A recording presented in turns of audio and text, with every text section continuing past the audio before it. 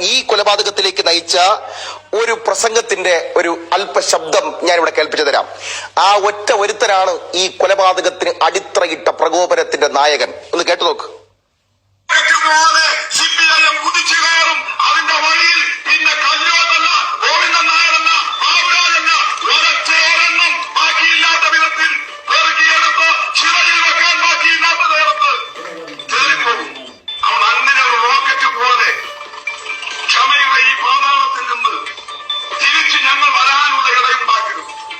പ്രസംഗം കേട്ടല്ലോ എന്ന് പറഞ്ഞാൽ ആ പ്രസംഗം എല്ലാ പ്രധാനപ്പെട്ട മാധ്യമങ്ങളിലും threatening speech by a CPM leader against Periya എന്നുള്ള വാചകത്തിൽ ഇപ്പൊ യൂട്യൂബിൽ കിടന്ന് കറങ്ങുന്നുണ്ട്. നിങ്ങൾക്ക് വേണമെങ്കിൽ പരിശോധിക്കാം.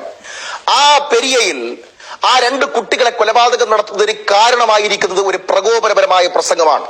ആ പ്രസംഗത്തിൽ ആ നേതാവ് ആവർത്തിച്ച് കൊല വിളിച്ചുകൊണ്ട് അദ്ദേഹത്തിന്റെ ഇടറിയ ശബ്ദത്തിൽ കൊല വിളിച്ചുകൊണ്ട് പറയുന്നുണ്ട്, നിങ്ങൾക്ക് നിങ്ങളുടെ തല ചിതയിൽ വയ്ക്കാൻ പോലും കഴിയാത്ത വണ്ണം പൂങ്കുല ചിതറുന്നത് പോലെ ചിതറിപ്പിച്ചു കളയും ഞങ്ങൾ.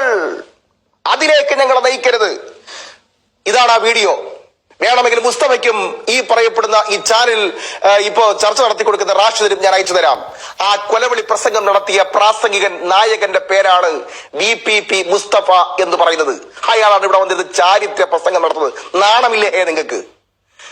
രണ്ട് കുട്ടികൾ ഒരു പക്ഷേ ഇനി പീതാംബരനെ ആക്രമിച്ച കേസിൽ പ്രതിയാണെന്ന് തന്നെ ഇരിക്കട്ടെ, കൊല്ലാൻ നിങ്ങൾക്ക് എന്ത് അവകാശം? കൊലവിളി പ്രസംഗം നടത്താൻ നിങ്ങൾക്ക് എന്ത് അവകാശം? മുസ്തഫ കോടതിയോ? മുസ്തഫ സുപ്രീം കോടതിയോ? മുസ്തഫ ഹൈക്കോടതിയോ? മുസ്തഫ പോലീസോ?